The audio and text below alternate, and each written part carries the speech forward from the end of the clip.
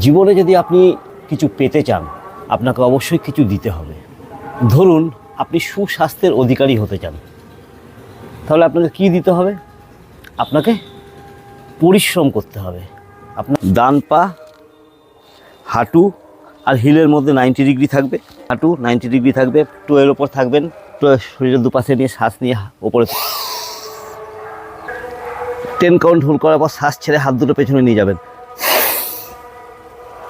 শ্বাস নেবেন, শ্বাস ছাড়বেন।